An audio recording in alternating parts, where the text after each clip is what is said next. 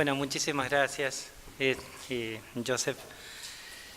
Muy buenas tardes para todos y para todas. Es para mí siempre muy grato estar en el Instituto Interamericano. Es efectivamente una de mis casas más queridas y su director es un muy querido amigo, digamos, con quien compartimos una buena cantidad de cuestiones y es quien ha, por ejemplo, yo sé que esto del rol de dar la inauguración, después dar la primera charla y después presentar al conferenciante hace que uno no sepa muy bien en qué rol efectivamente está una persona que hace todo al mismo tiempo.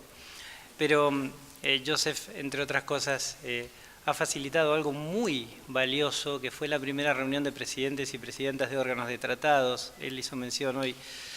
A mí me tocó estar en esa reunión como presidente del Comité de Derechos Humanos y aquí, en este mismo lugar y en esta misma aula, se adoptó un instrumento extraordinario que fueran las directrices de San José en contra de las represalias e intimidaciones para personas que cooperan con los órganos de tratados de derechos humanos, porque son malas épocas para quienes defienden derechos humanos y fue el trabajo que este instituto ha realizado y que su director ha facilitado, el que llevó a esa adopción de este instrumento tan valioso como herramienta de defensa de derechos humanos de personas en todo el mundo.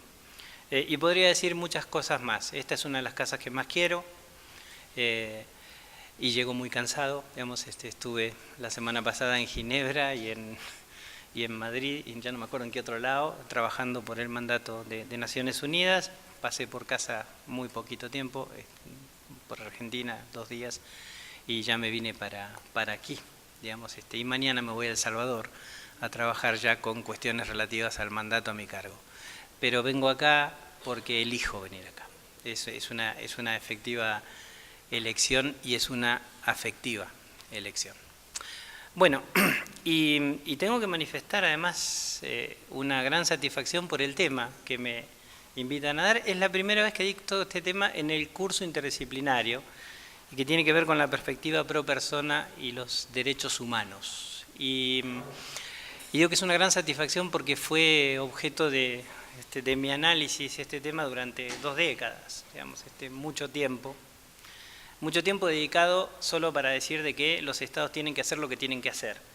Pero vamos a explicar en qué consiste esto de la perspectiva pro persona.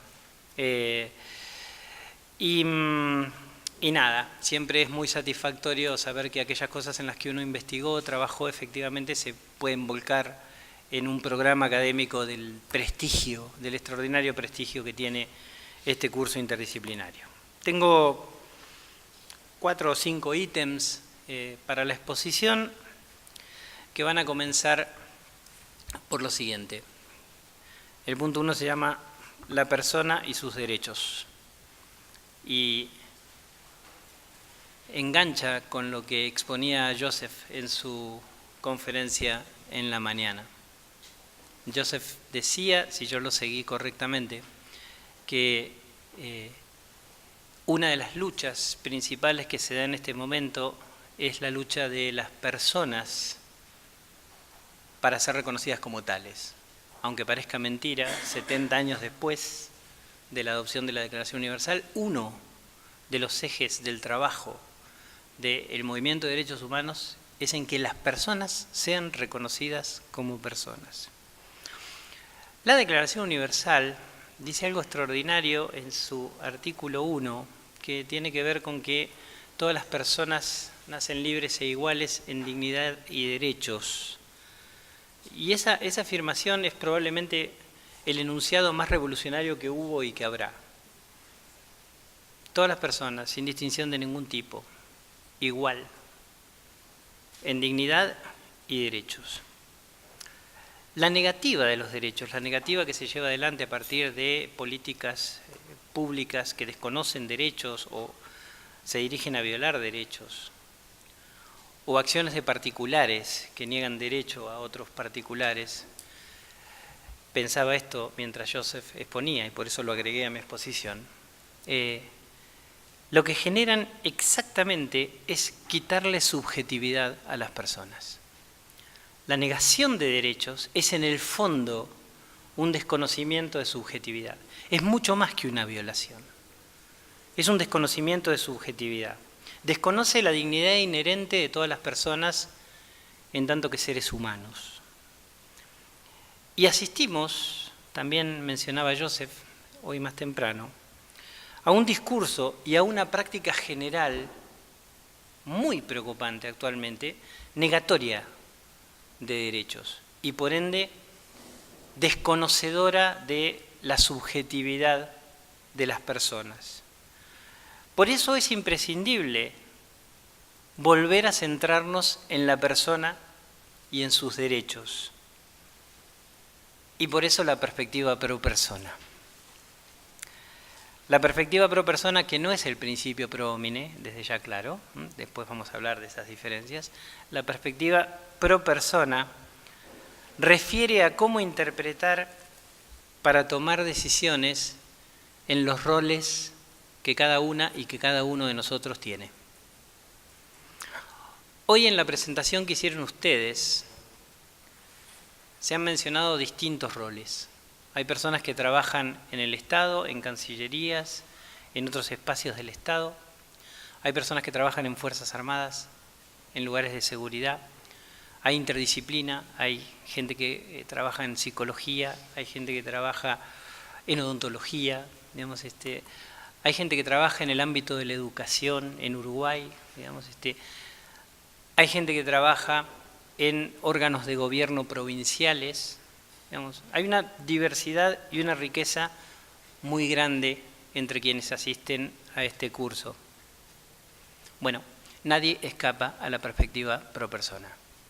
Y nadie podrá trabajar en serio, cumpliendo su rol, si deja de lado la perspectiva pro persona.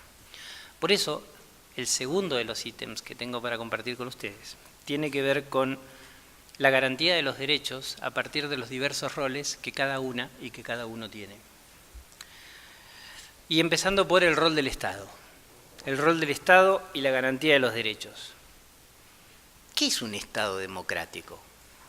Hoy nuestro director ejecutivo se refería también a la relación entre democracia y derechos humanos. Bueno, un Estado democrático solo se mide en serio en función de cómo garantiza derechos humanos, cómo los respeta y cómo los garantiza.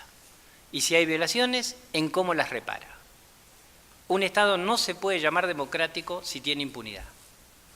Un Estado no se puede llamar democrático si no hay controles efectivamente al poder. Da igual que se vote.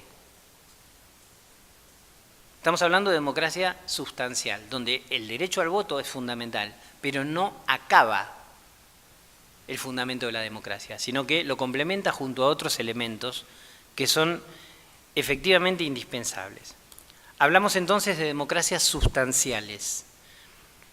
Y la verdad es que en los estados, si algo nos falta, son los derechos. Miren, nuestras constituciones rebosan de derechos. Y además, es indudable que hay en esa evolución, de la que también hablaba Joseph hoy en la mañana, hay una saludable inflación a partir de la incorporación de instrumentos internacionales a la Constitución, al bloque de constitucionalidad, al control de convencionalidad, como ustedes quieran llamarlo. Pero lo que queda claro es que hoy el derecho internacional de la persona humana forma parte de la vida cotidiana de los estados a nivel jurídico como nunca antes en la historia. Es indudable y es indudable en todos los estados. Otra cosa es que luego los estados los cumplan o no. Esa es otra historia. Pero derechos no faltan. Lo que falta es voluntad política. Y cuando hablo de voluntad política incluso en el campo de la aplicación del derecho, donde los poderes judiciales cumplen un rol que puede ser tan maravilloso como trágico, dependiendo efectivamente de cómo se aborde. Por eso, faltar a la función de garantizar derechos de parte del Estado no es una opción. Garantizar derechos es un deber, es una obligación de parte del Estado. Y no porque lo digan los instrumentos internacionales de derechos humanos. es porque es lo que hay que hacer. Esto es, cuando un Estado, en cualquiera de sus poderes, niega derechos, lo que está diciendo es que le importa un cuerno los derechos de las personas. Cuando alguien decide desconocer derechos en la función pública en razón de la nacionalidad, hoy se habló mucho de la migración, la nacionalidad, la raza, el sexo, la opción sexual, el género, el idioma, las creencias religiosas, es porque niega derechos a esas personas, es porque le resta subjetividad como persona. Es porque ataca lisa y llanamente a la dignidad intrínseca de cada persona. Y eso es inaceptable para quien cumple funciones en el Estado. Si usted cumple funciones en el Estado y no va a garantizar derechos, mejor dedíquese a otra cosa. Porque el Estado está para eso. Y quienes trabajan en el Estado no deben poder dormir cuando hay un derecho sin garantizar. Esto alcanza a todos los poderes del Estado y alcanza incluso al deber que tiene el Estado en relación a las relaciones intersubjetivas o entre particulares, lo que se conoce como actuar con la debida diligencia para la garantía de los derechos, la doctrina de la Drittwirkung, algo que la Corte Interamericana de Derechos Humanos, esa que generó tan extraordinario crecimiento, como señalaba también Joseph en la mañana, que hace 40 años apenas empezaba a dar pasos, y hoy nos habla de la debida diligencia reforzada y de la discriminación intersectorial y cómo abordar ese paradigma, pues bien, el Estado debe incluso garantizar que se respeten y garanticen los derechos humanos en las relaciones entre particulares. Entonces el Estado no puede mirar para otro lado cuando una empresa viola derechos humanos, no puede mirar para otro lado cuando hay violencia intrafamiliar, cuando hay violencia doméstica en contra de las mujeres. Ya no es aceptable eso y más bien no debió haber sido aceptable nunca. Entonces, ese es el rol del Estado. Ahora, ¿cuál es el rol de los órganos internacionales? Y en esto, como siempre, a mí me gusta hablar sin cassettes. Digamos, tampoco los órganos internacionales son la octava maravilla del mundo, ¿eh? No lo son. Depende. Es importante que existan, por supuesto, pero depende de cómo están conformados, depende de quiénes ejerzan liderazgo en los mismos, depende de cómo avancen o no en el desarrollo de sus trabajos.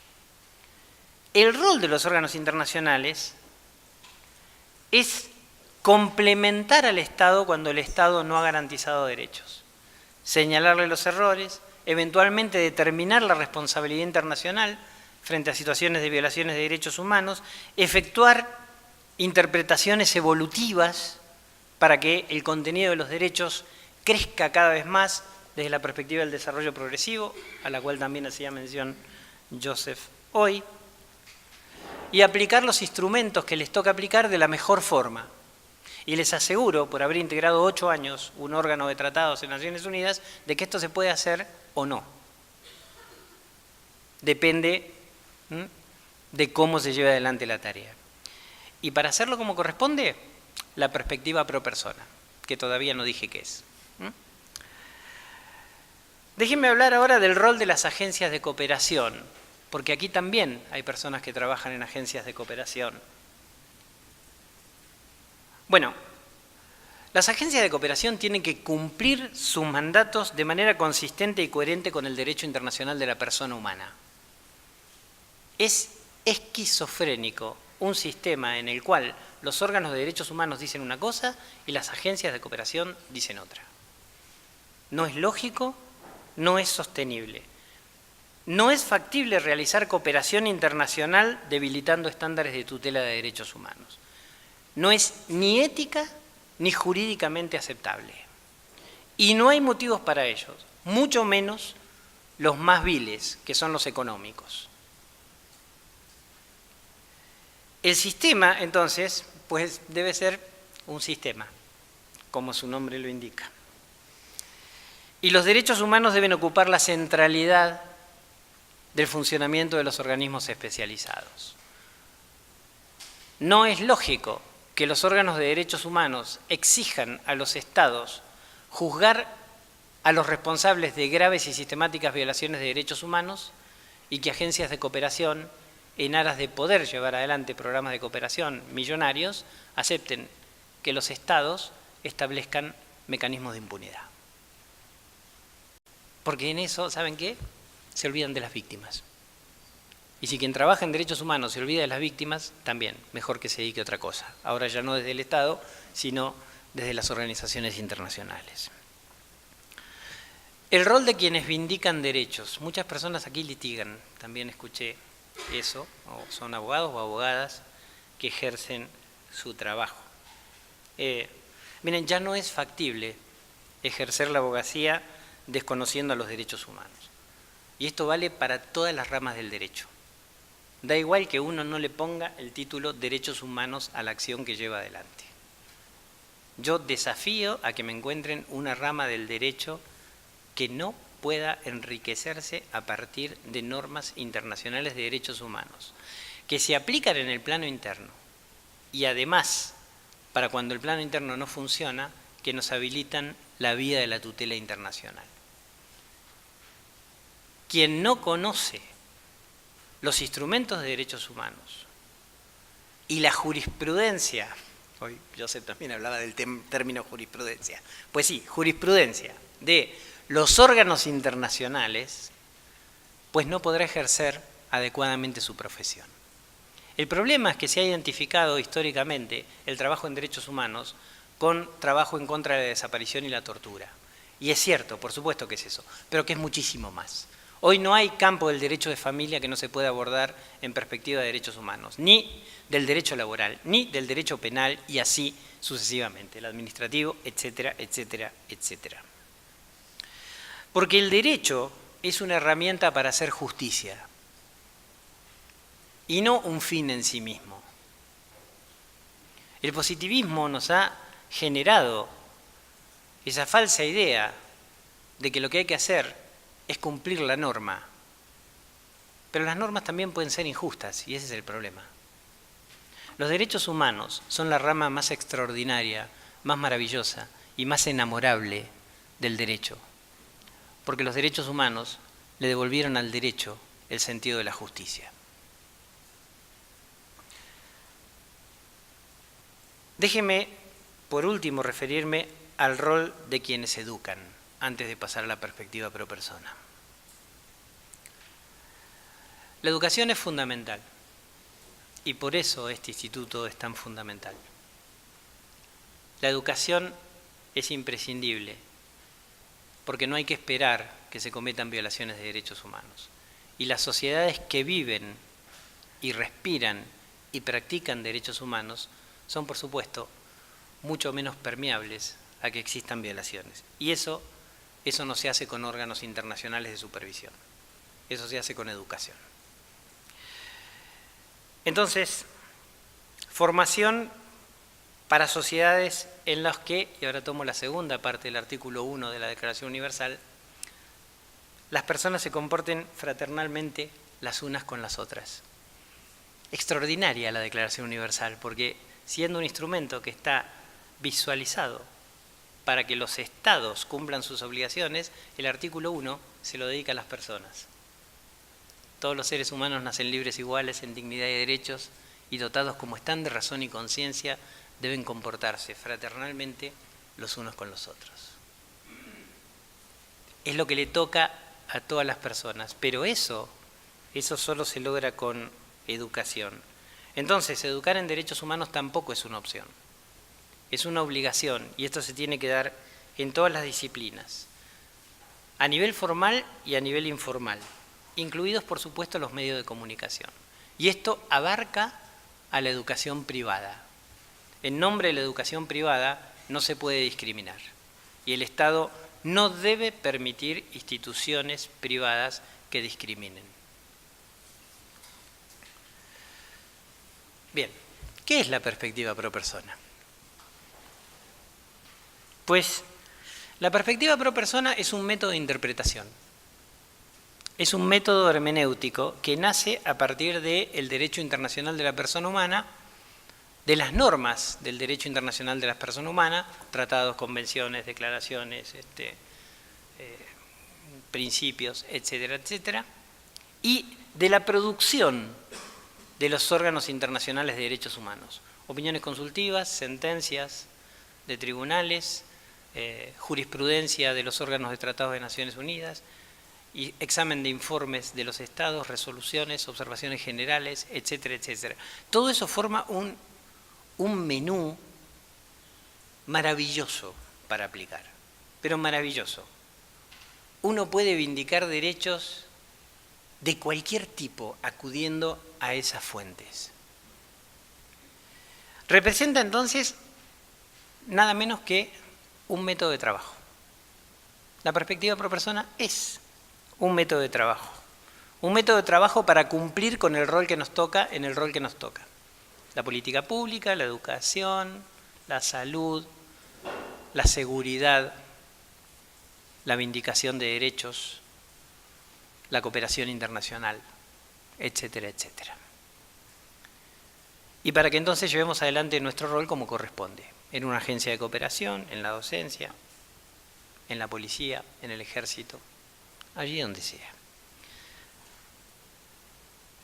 La perspectiva pro persona se compone de distintos elementos.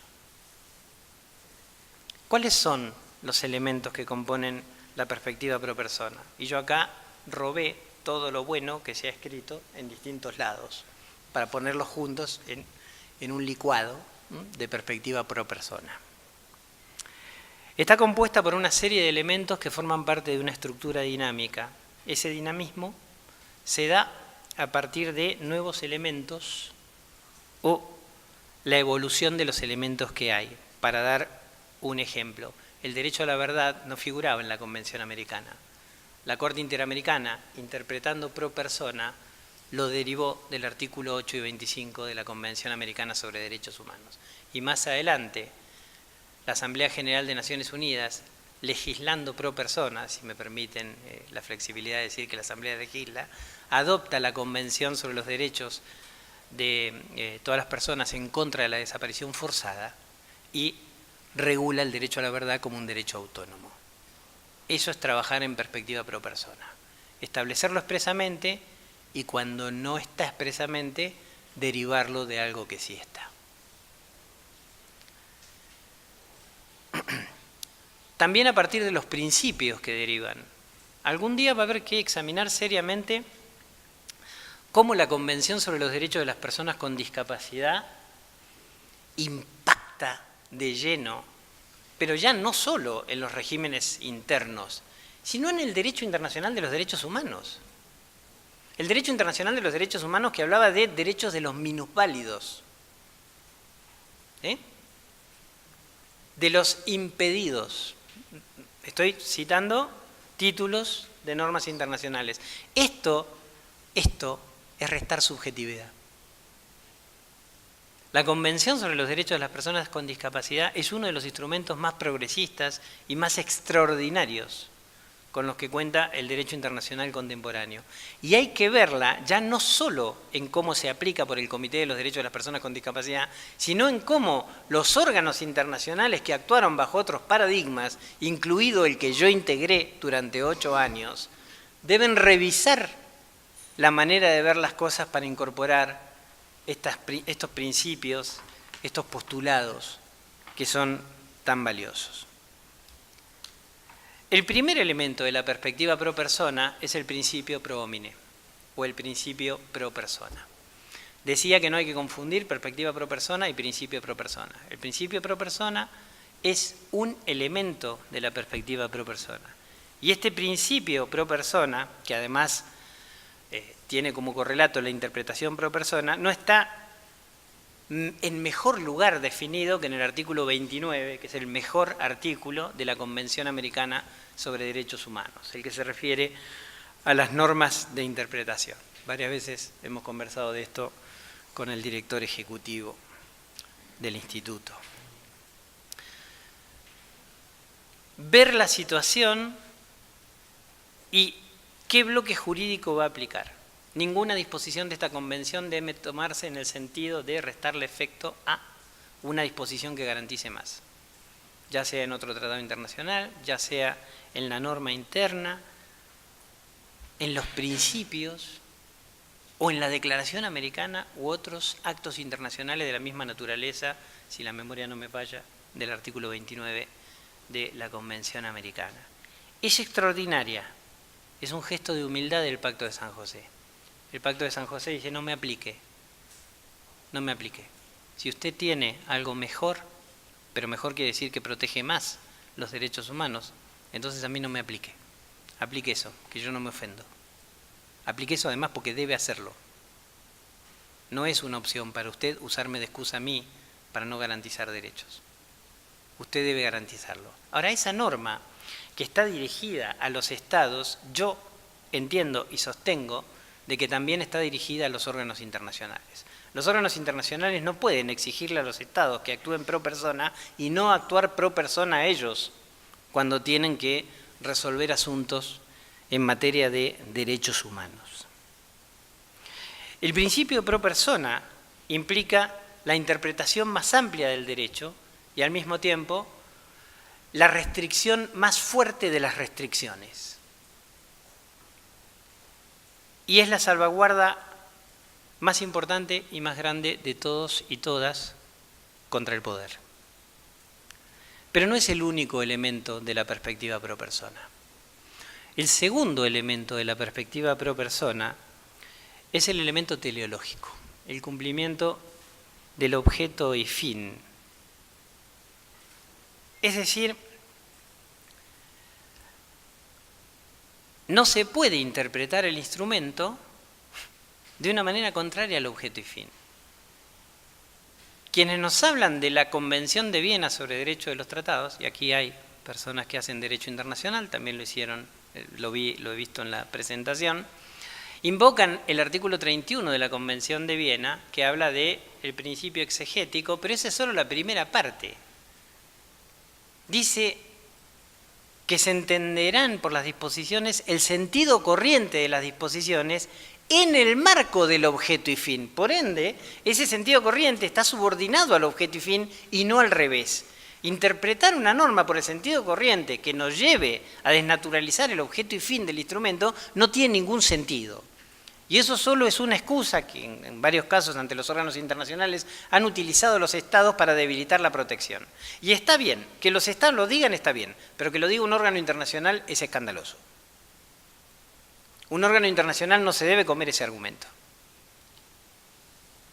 El objeto y fin, el elemento teleológico, el resultado es lo que debe guiar a la tutela de los derechos humanos. Y así debe ser interpretado por los órganos internacionales.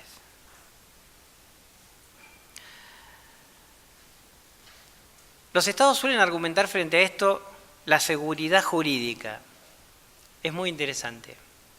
La seguridad jurídica de los estados. ¿Y la seguridad jurídica de las personas? No hay persona más insegura que aquella que ha sido violentada en sus derechos humanos. Es obsceno argumentar la seguridad jurídica de los estados con años y décadas de inseguridad jurídica de las personas. La interpretación debe darse al momento de la aplicación de la norma. Por eso los instrumentos son instrumentos vivos. No es lógico interpretar las disposiciones de la Declaración Universal como fue escrita hace 70 años, sino lo que hoy significa. Yo sé que la Declaración Universal no pensó en el colectivo LGBTI cuando estableció el principio de no discriminación. Pero hoy decir que el colectivo LGBTI no está amparado por la Declaración Universal en el principio de no discriminación, bueno, quien sostenga eso, que se vuelva a la caverna y que se dedique a otra cosa, ¿sí? O sea, no es aceptable. Esto también rige para no solo para las normas sustantivas, sino para las normas procesales. Es decir, los órganos internacionales deben, en el ejercicio de su propia competencia, interpretar las normas procesales de actuación de manera tal que se garanticen derechos y no lo contrario. Pasado en limpio, no cabe acudir a formalismos para negar derechos. El tercer elemento de la perspectiva pro persona es el principio de buena fe. El principio de buena fe, los autores clásicos del derecho internacional se llenan la boca hablando del principio de buena fe, pero nadie dice qué es el principio de buena fe. Bueno, ¿qué es el principio de buena fe? Sin duda no es lo que un Estado afirma cuando dice que no va a cumplir con una decisión de un órgano internacional porque no es vinculante. Eso no es actuar de buena fe.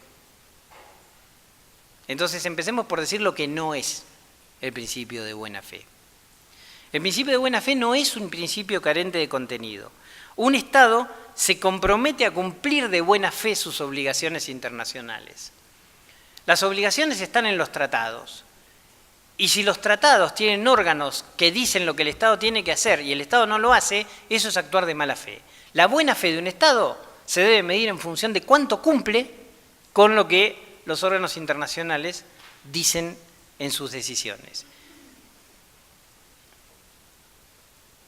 El cuarto principio de la perspectiva pro persona es el principio de efecto útil. Bueno, el efecto útil tiene que ver con el efecto apropiado, el debido efecto de nuestra decisión. Ya no tiene que ver con la norma, sino con el efecto de nuestra decisión. Si nuestra decisión, efectivamente, para hacer un juego de palabras, garantiza derecho o lo niega. El debido efecto es la garantía.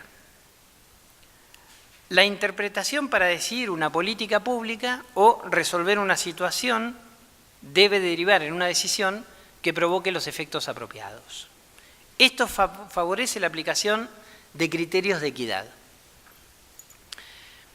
Si estoy creado para prestar un servicio de salud y mi decisión no garantiza la salud, como pasa con tantas prestadoras de servicios de salud en nuestros países, pues eso no es cumplir con el efecto apropiado.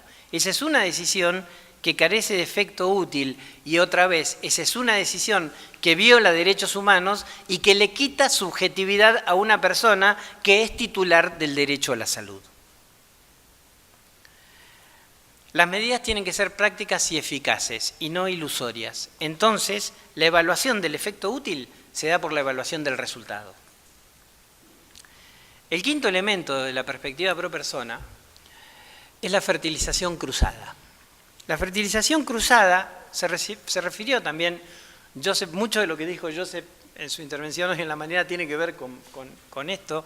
Él habló de la interacción creciente, además señaló, que existe entre los órganos internacionales y cómo en principio quien influía en la Corte Interamericana era el Tribunal Europeo de Derechos Humanos, si recuerdo bien lo que dijo esta mañana, y que poco a poco hay una sinergia interesante a partir de la interacción entre el sistema interamericano y el sistema de Naciones Unidas.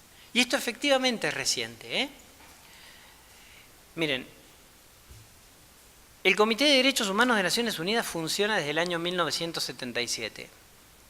Casi inmediatamente empezó a tener reuniones de cierta regularidad con el Tribunal Europeo de Derechos Humanos.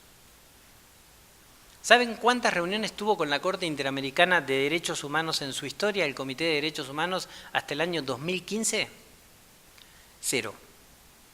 Ninguna. Fue recién en el año 2016 que se organizó la primera reunión conjunta entre el Comité de Derechos Humanos de Naciones Unidas y la Corte Interamericana. Y por cierto, se hizo aquí también. Recién en el año 2016. Esto dice bastante, ¿verdad? Bueno, al haber multiplicidad de órganos internacionales, existen obviamente diferentes abordajes. Aquí lo que cabe es lo que se llama la teoría de los vasos comunicantes. Los órganos se retroalimentan, pero ojo, ¿cómo se retroalimentan en perspectiva pro persona? A mí de nada me sirve tomar una interpretación de otro órgano que es retrógrada.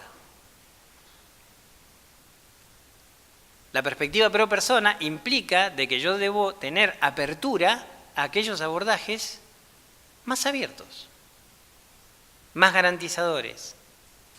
Y en esto, por supuesto, hay que pelear con algo muy tremendo, con lo que también conversábamos hace un rato, que es el ego horrible que tienen quienes integran los órganos de derechos humanos, que tenemos, me incorporo, digamos, a esto, algo contra lo que hay que pelear.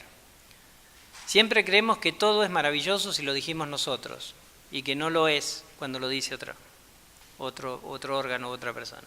Y la verdad es que lo importante no son quienes integran los órganos de derechos humanos, ni tampoco los órganos de derechos humanos. Lo importante son las personas. Lo importante son las personas que han sido violadas en sus derechos y que necesitan la vindicación de sus derechos. Entonces, el ego mejor tratarlo con el psicólogo y cuando se cumple la función, cumplirla como es debido. Esa teoría de los vasos comunicantes nos lleva a ver la producción de los mecanismos nacionales y de los mecanismos internacionales. Y a nivel internacional se puede trabajar intrasistema. Naciones Unidas tiene una enorme cantidad de órganos convencionales y extraconvencionales o extrasistema, con lo que producen otros órganos regionales o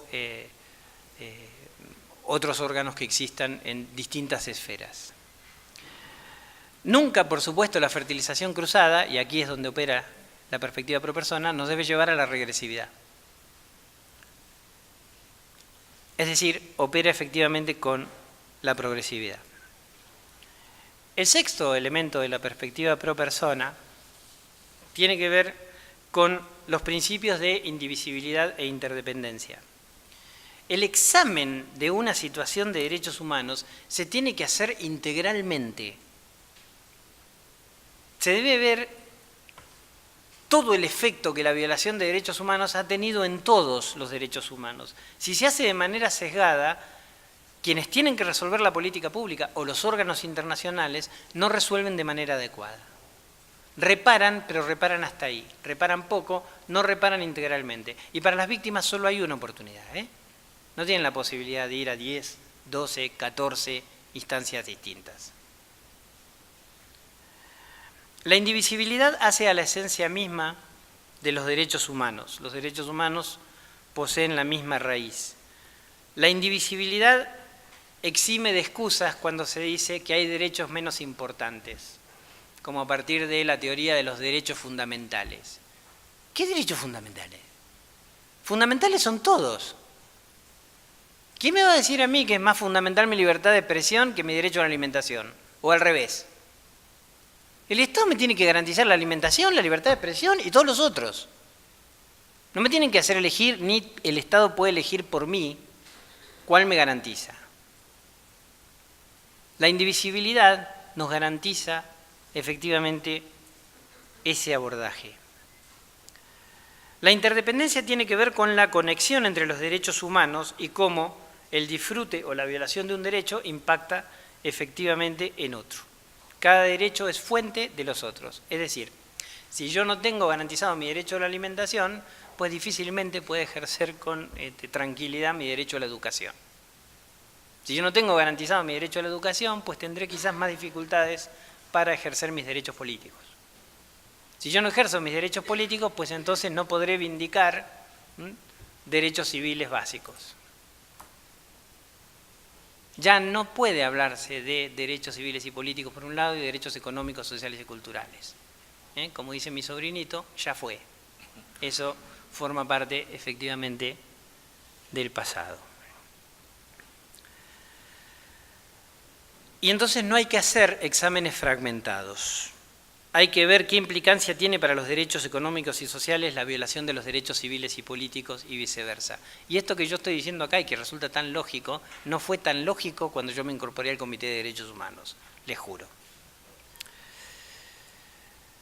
Las reparaciones entonces tienen que tener en cuenta todas esas dimensiones y allí es cuando se podrá decir de que hay efectivamente reparación integral, más allá del enunciado de reparación integral. Por eso, el Poder Judicial no puede desentenderse de la perspectiva pro persona al momento de resolver los asuntos y reparar las violaciones en el plano interno. Y los órganos internacionales tampoco. El séptimo elemento de la perspectiva pro persona tiene que ver con la universalidad y el principio de no discriminación. El principio de no discriminación es el más importante. Si a mí me dieran a optar por una norma para salvar, si alguien viniera a decir de que va a destrozar todo el andamiaje del derecho internacional de los derechos humanos y me concediera la gracia de salvar una norma, yo elegiría efectivamente el principio de no discriminación. Porque finalmente la discriminación es lo que resta subjetividad. Y es la base de todas las otras violaciones a los derechos humanos. La evolución del principio de no discriminación, además, ha sido muy valiosa y muy importante. Y hoy queda claro que cubre nacionalidad, edad, sexo, orientación sexual, identidad y expresión de género, idioma, religión, identidad cultural, opinión política o de cualquier otra, origen social, posición económica, nivel de educación, condición migratoria, refugio, repatriación, apatridia, desplazamiento, discapacidad, características genéticas, condición de salud mental o física, enfermedad infectocontagiosa, psíquica, incapacitante o cualquier otra. Ninguna persona puede ser discriminada por ninguno de esos motivos. Y para que quede mejor aún, o por cualquier otra condición. El principio de desarrollo progresivo es el octavo elemento de la perspectiva pro persona y por supuesto aquí, obviamente, ya lo dijo Joseph también hoy, hay que hablar de don Pedro Niken, naturalmente, ¿no? Esa obra de la que hablaba Joseph hoy en la mañana, que se llama La Protección Internacional de los Derechos Humanos, su desarrollo progresivo, que está publicada por Civitas y el IDH en Madrid, creo que en el año 87, es un extraordinario libro. Pero es un extraordinario libro porque es un libro de puro sentido común. Porque las cosas más extraordinarias son las que tienen el sentido más común. En ese libro, don Pedro Niken, que es presidente honorario de este instituto, nos dice de que no se puede ir para atrás, en ninguno de los campos. A sabiendas de que, por supuesto, a veces se toman políticas que van para atrás. Él no está diciendo que todo será mejor en el futuro. Se dice que no se puede, que alcanzado un estándar no cabe retroceder y que cuando se retrocede se violan derechos humanos y hay que decirlo con todas las letras. Que si se alcanza un determinado estándar internacional, se crearon órganos, procedimientos, mecanismos, etcétera, etcétera, no cabe luego tirarlos para atrás. Y cuidado, porque hay proyectos de reformas en Naciones Unidas, incluso ahora un poco menos en el sistema interamericano, que de fortalecimiento del sistema tenían lo que yo tengo de biólogo molecular. Digamos, más bien lo que se intentaba allí era debilitar fuertemente al sistema, cuando no herirlo de muerte. Porque, y hoy en la mañana lo conversábamos con Charles Moyer, cuando los estados, cuando fueron creados los sistemas internacionales, los estados no se dieron cuenta. Porque si se hubiesen dado cuenta, nunca lo hubieran aceptado. Ahora ya tienen la Corte Interamericana, la sentencia, etcétera, etcétera, aquí y allá. Entonces, hay que cuidar fuertemente lo que hay, Hay que cuidarlo en serio.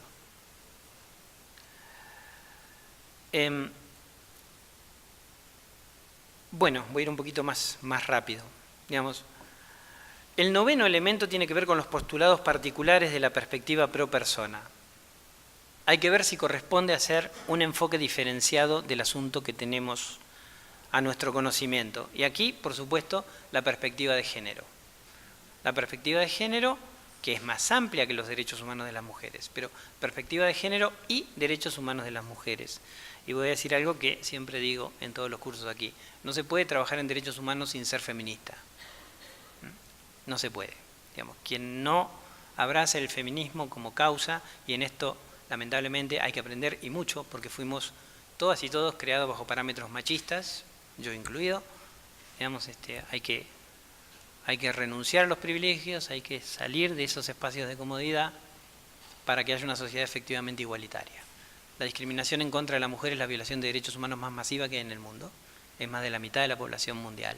Y no hay espacio en el cual no haya discriminación y violencia en contra de las mujeres. Entonces, quien quiera minimizar esa situación no puede trabajar en derechos humanos. Así de claro.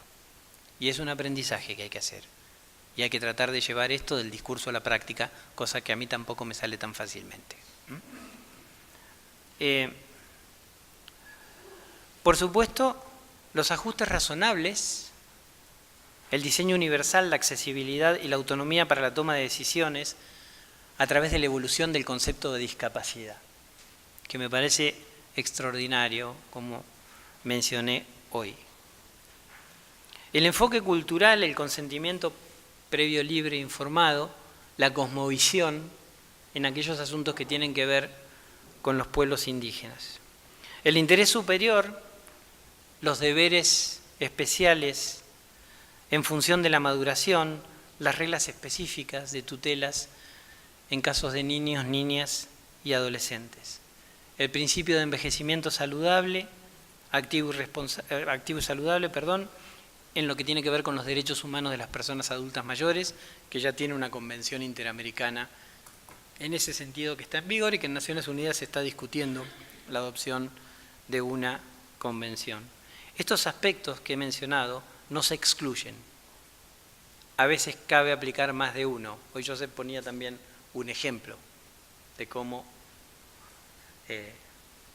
una niña que eventualmente pasa por determinadas circunstancias y el otro puede tener más de uno de estos principios que le apliquen efectivamente. La Corte Interamericana lo ha dejado muy en claro en algunas sentencias. A mí la que más patente me parece es la del caso González Lluy con Ecuador, digamos.